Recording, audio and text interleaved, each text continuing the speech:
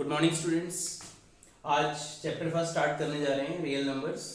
तो real numbers में हमें सबसे इम्पोर्टेंट टॉपिक पढ़ना है जिस पे एक एग्जाम में क्वेश्चन आता है, यूक्लिड डिवीजन एल्गोरिथम। क्या है यूक्लिड डिवीजन एल्गोरिथम? कह रहे हैं if a and b are positive integers such that which can be written in the form of a is equal to में bq plus r, here q is the quotient and r is the remainder, and value of r is always lie between 0 and b।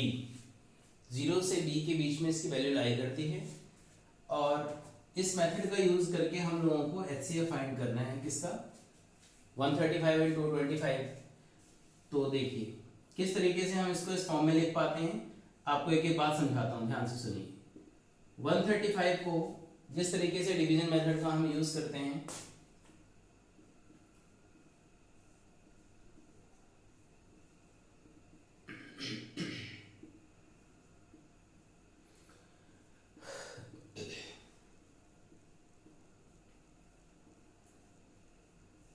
जब तक इसको divide करते जाते हैं जब तक ये कंप्लीटली जीरो ना आ जाए। और इसको इस फॉर्म में कैसे लिखते हैं, this is a 225 q for quotient and here this is b multiply by q, यानी 135 इंटू में 1 प्लस में रिमाइंडर। इस केस में रिमाइंडर कितना आया था, 90। फिर इसको भी इसी टाइम से इस फॉर्म में लिखिए, this is a means 135, b into में q 90 इंटू में 1 plus remainder it is 45। So again 90 is a and this is 45 into में 2 प्लस में रिमाइंडर इट इज 0। जब तक रिमाइंडर 0 ना आ जाए ये प्रोसेस हमारा चलता रहता है और फाइनली जिस केस में रिमाइंडर 0 आता है, जो प्रीवियस इसका क्वोशिएंट होता है, ये जो इसका रिमाइंडर होता है वही हमारा इसका क्या होता है, HCF आ जाता है। So it's HCF is 45 by Euclid division method. Clear? एक प्रॉब्लम और लेते हैं इसकी, उसके बाद मैं आपको दो थोड़े डिफरेंट क्वेश्चन कराता हूँ आर डी शर्मा के, जिसमें से x और y की वैल्यू किस तरीके से हम फाइंड कर सकते हैं यूक्लिड डिवीजन में, वो भी सिखाता हूँ। एग्जाम में बहुत पूछे जाते हैं वो क्वेश्चन भी। 867 डिवाइडेड बाय 255। 255 के टेबल में देखिए किस पे आ रहा है, 3 पे आ रहा है, 3 5 से 15। Clear? 7 minus 5 is 2, 6 minus 6 is 0 and this is 1। 255 को किया, 2 2 जा 4,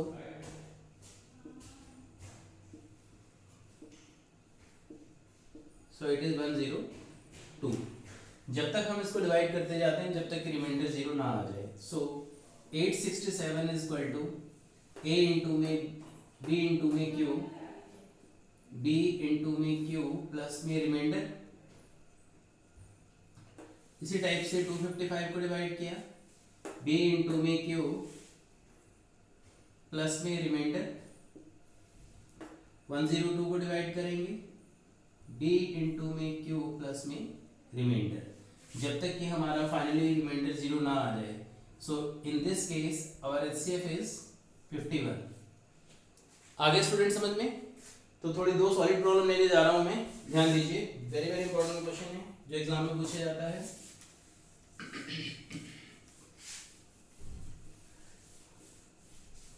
क्वेश्चन में लिखवा रहा हूं, ध्यान से नोट करिए।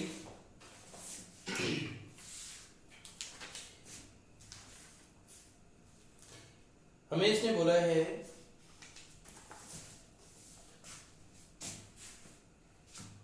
इफ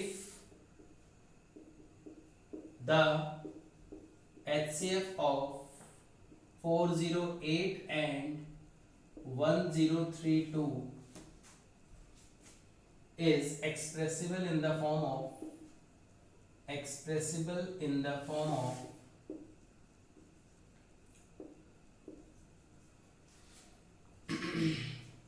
1032m minus 408 into में 5, find m।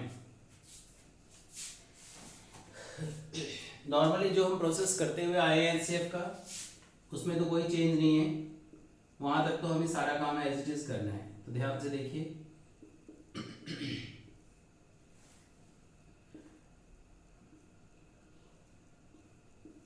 Clear.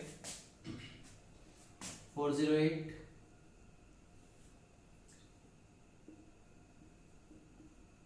8 minus 6 is 2, 10 minus 1 is 9 and 3 minus 2 is 1, 216। फिर 192 पे गए, 6 minus 2 is 4, 11 minus 9 is 2, 192, 8 4 is 32, 8 2 is 16 and 3 is 19। So result is 1032 equal to में 408 इंटू में 2 प्लस में रिमाइंडर। फिर 408 को सॉल्व किया हमने, 216 इंटू में 1 प्लस में रिमाइंडर।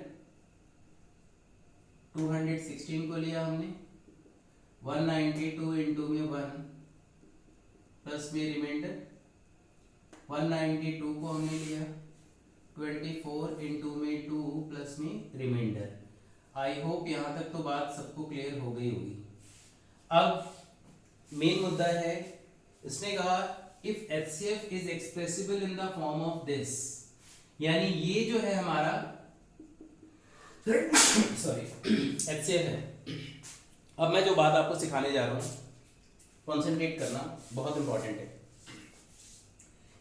ये आपको पता लग गया कि हमें HCF बराबर लेके चलना है। आपके सामने HCF भी नजर आ रहा होगा, कितना है 24। तो 24 मुझे कौन सी लाइन दे रही है, ये लाइन दे रही है। 24 फाइंड करने के लिए मैंने 192 को उधर ले गया, तो 216 माइनस 192 इंटू में 1, क्लियर। अब मुझे मेरे आंसर में 408 और 1032 लाना है, जिसमें से मेरे पास कोई भी टर्म अवेलेबल नहीं है। तब हम क्या करते हैं, इस स्टेप के बाद फिर सेकंड स्टेप में चलते हैं। अब मुझे 192 की वैल्यू फाइंड करनी है। 192 की वैल्यू फाइंड करूंगा तो ये 408 उसके पास जाके माइनस का हो जाएगा, तो 192 की वैल्यू आ जाएगी हमारे पास कितनी, 408 माइनस 216 इंटू में 1। Is that clear. जब आप इस ब्रैकेट को खोलेंगे, 216 इंटू 1, 216 के पास प्लस में इसको लेके आ जाओ और माइनस के 408 को पीछे। जैसे 216 कॉमन लिया, अंदर भी 1, यहाँ भी 1, इट इज 408। 216 इंटू में 2 माइनस 408। क्या यहाँ तक बात समझ में आ गई? मुझे मेरे आंसर में 408 चाहिए था, वो आ चुका है। किसकी रिक्वायरमेंट है, 1032 की। तो उसके लिए मुझे 216 की वैल्यू निकालनी पड़ेगी। कहा था ना, एक एक करके ऊपर स्टेप में चलते हैं। 216 की वैल्यू यहां से कितनी आ जाएगी, 1032 माइनस 408 इंटू में 2 मल्टीप्लाई बाय 2, क्लियर है। 216 की वैल्यू 1032 माइनस 408 इंटू में 2, तो 1032 इंटू में 2 माइनस 408 इंटू में 2 टू जा 4, 408।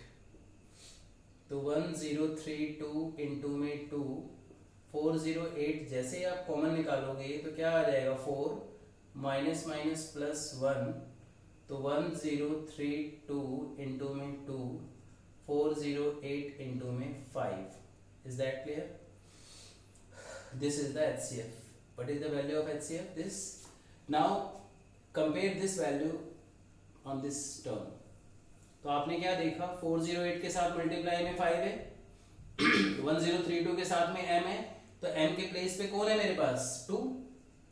एग्जाम में आपके पास ऐसे भी लिखा हुआ आ सकता था, find the value of n। अगर वो यहाँ पे n दे देते तो आप n के प्लेस पे क्या लिखते, it is 5। Is that clear?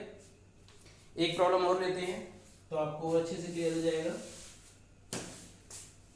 इसके अलावा यूक्लिड डिवीजन में इससे रिलेटेड और कोई सम पूछने के चांसेस नहीं होते हैं। बाकी जो थ्योरेटिकल लेमा पूछी जाती है उसके बारे में मैं आपको बताऊंगा अभी, लेकिन जो ज़्यादातर क्वेश्चन पूछने के चांसेस होते हैं वो इसी पे होते हैं। तो एक प्रॉब्लम और लेने जा रहे हैं हम। इसने आपसे पूछा है if D is the HCF of 56 and 72, find XY satisfying D is equal to 56x plus 72y. Clear? Also show that x and y are not unique. तो we have to find the value of X and Y. तो अच्छा question है, जल्द ध्यान से सुनिए. क्या करना है हमारे को इसके अंदर. नॉर्मली जो काम हमें करते हुए आ रहे हैं अब तक, 72 को 56 से किया,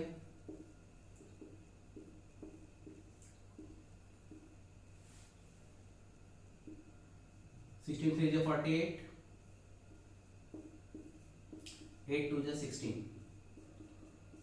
इसने आपसे पूछा था if D is the HCF of this. तो HCF तो आपके पास आपको नजर आ गया होगा क्या है, इट इज 8. अब मुझे मेरे आंसर में इस फॉर्म में रिप्रेजेंट करना है. तो जरा पहले इसको उस फॉर्म में लिखते हैं जो हम A equal to B Q plus R की फॉर्म होती है. This is A, B into में Q प्लस में remainder. Same here, this is A, B into में Q प्लस में remainder. Same here, B into में Q प्लस में remainder. So HCF is 8. I hope यहाँ तक बात समझ में आ गई होगी आप लोगों को.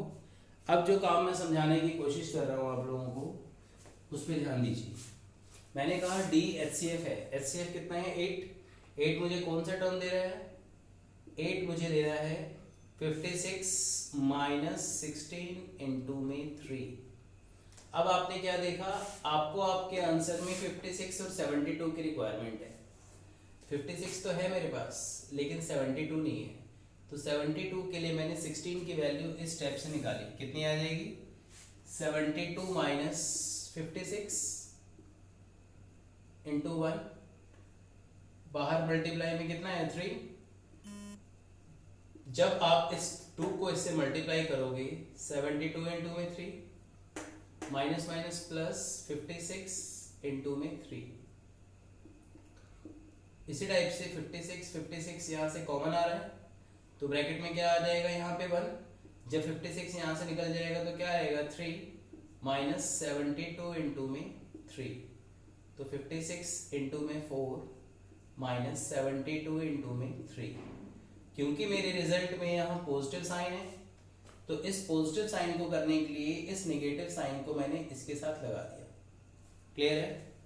सो D is equal to 56x plus 72y.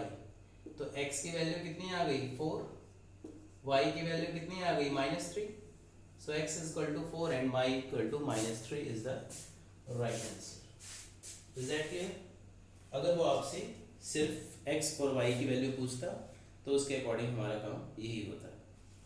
Clear है. अब मैं आपको 2 प्रॉब्लम और कराने जा रहा हूँ जो यूक्लिड डिवीजन लेमा से रिलेटेड है. आपके एनसीईआरटी के question number 4th and 5th है.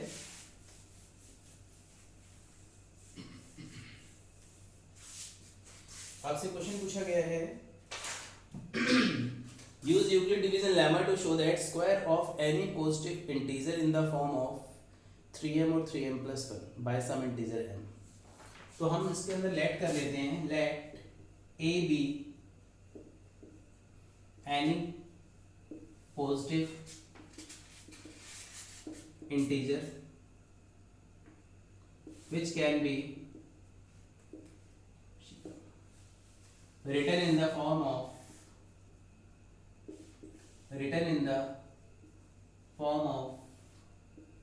3q, 3q plus 1 और 3q plus 2. क्लियर. तो अब उसने आपसे पूछा गया है इन the form of square of any integers. तो हमने लेट किया a को, हमने 3q के इक्वल टू में लेट किया. उसने कहा square of any positive integer, तो हमने इधर भी स्क्वायर लगा दिया. और इधर भी स्क्वायर लगा दें। जैसे आप इसको स्क्वायर करेंगे it will be 9q square. Can we break it? 3 into में 3q स्क्वायर, और इस 3q स्क्वायर को हमने लेट कर लिया m। So a square is equal to में कितना आ गया? 3m। इसी टाइप से दूसरा टर्म है हमारे पास a is equal to 3q plus 1। फिर हमने स्क्वायरिंग किया, a square plus b square plus 2ab, this is a square. 9q square, 6q को आगे किया और प्लस 1 को पीछे। जैसे आप यहाँ से 3 कॉमन निकालेंगे तो ब्रैकेट में आ जाएगा 3q square plus 2q plus में 1। Is that clear? और इस कोफिशिएंट को आप लेट कर लेंगे m। This will be 3q square plus 2q। So a square is equal to 3m plus 1। Clear है? तो आपसे इसने पूछा था कि square of any positive integer can be written in 3m और 3m प्लस 1। तो आपने देखा, hence square of any positive integer can be written in the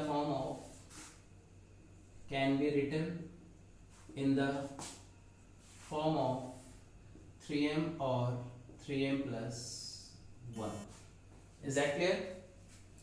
next question में कह रहा है cube of any positive integer. तो अभी हमने स्क्वायर की बात करी, अब सेम टू सेम क्वेश्चन में आपको मैं क्यूब से रिलेटेड बातें बताता हूँ। तो a इज इक्वल टू, अगर हम बात करते हैं क्यूब के रिगार्डिंग, तो इधर भी हमने क्यूब किया, इधर भी हमने क्यूब किया। जैसे आप क्यूब करेंगे 27 क्यूब a क्यूब, क्या हम इसको ब्रेक करके 9 इंटू में 3k क्यूब बोल सकते हैं? और इस 3k क्यूब को मैंने m लेट कर लिया। Can be right it 9m। इसी टाइप से सेकेंड टर्म है मेरे पास 3q प्लस 1। फिर मैंने इस 3q प्लस 1 में इधर भी क्यूब किया, इधर भी क्यूब किया। चलो अगले स्टेप में करेंगे। Let a is equal to 3q plus 1। Now taking cube on both side, a plus b का whole cube, this is a cube plus b cube 3ab into में a प्लस बी।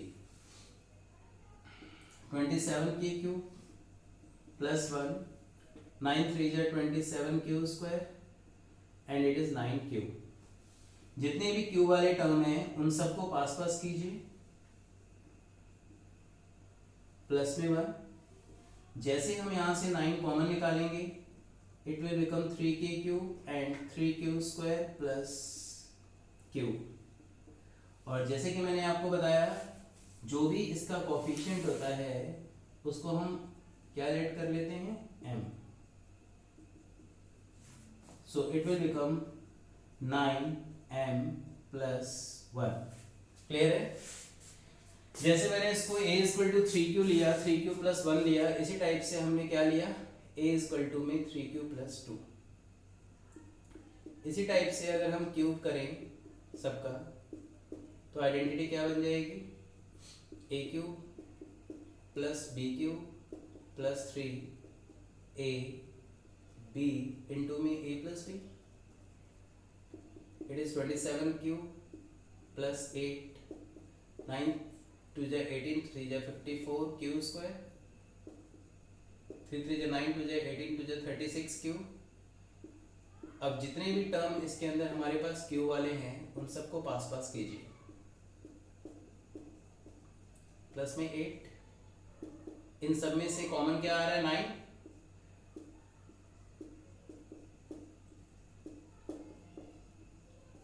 और जो भी हमारे पास इसका coefficient है इस पूरे टर्म को हम m लेट कर लेते हैं। क्लियर?